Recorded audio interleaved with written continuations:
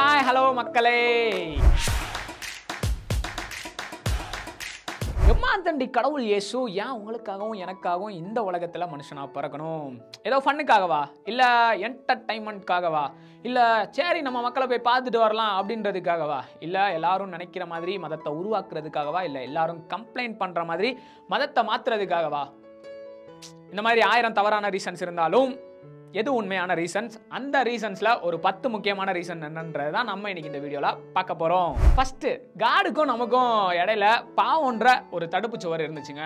இதனால கடவுள் நினைச்சாலும் இங்கிட்டு வர முடியல, மனுஷன் நினைச்சாலும் இங்கிட்டு போக முடியல. ஏன்னா நடுவில் இருக்கிற பாவம்ன்ற தடுப்பு சுவர் தடுத்துக்கிட்டே இருந்துச்சு. ஸோ இதை உடைச்சா மட்டும்தான் 2 பேரும் உறவாட முடியுன்றதுக்காக தான் காட் இந்த உலகத்துல மனுஷனா வந்து அந்த பாவம்ன்ற தடுப்பு சுவரை தன்னுடைய சிலுவை மரணத்தின் மூலமா உடைச்சாருங்க. ஸோ இதுதாங்க ஃபர்ஸ்ட் இம்பார்ட்டன்டான ரீசன். கடவுளை நீங்க பார்த்துருக்கீங்களா? யாருமே பார்த்தது கிடையாதுங்க.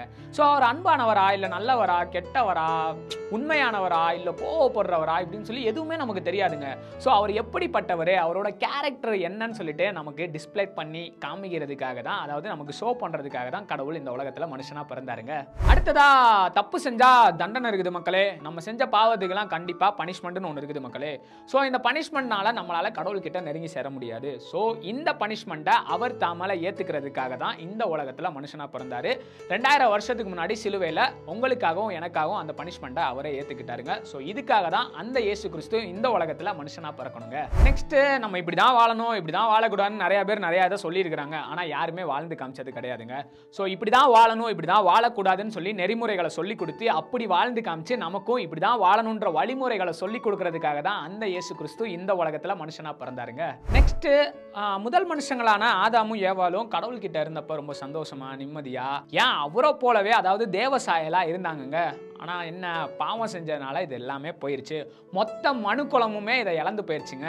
ஸோ இந்த மொத்த மனு குலத்துக்குமே இந்த பரிசுத்தத்தை, இந்த உண்மையை, இந்த சந்தோஷத்தை, அதாவது தேவசாயலை, அதாவது அவரை போலவே ஒரு வாழ்க்கையை திரும்ப தரதுக்காக தான் இயேசுசாமி இந்த உலகத்துல மனுஷனா பிறந்தாருங்க.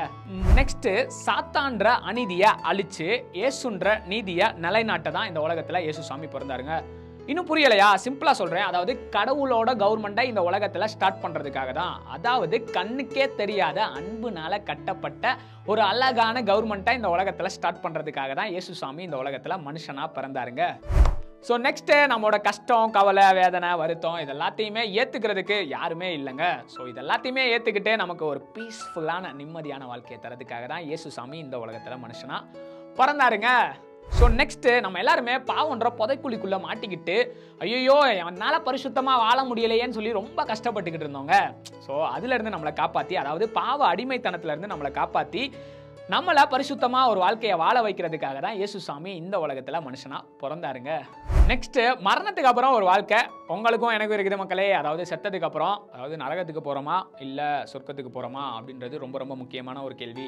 ஸோ இந்த வாழ்க்கையில், அதாவது பைபிள் சொல்லுது நித்திய ஜீவனை, அதாவது சொர்க்க வாழ்க்கையை உங்களுக்கும் எனக்கும் தரதுக்காக தான் இயேசுசாமி இந்த உலகத்தில் மனுஷனா பிறந்தாருங்க.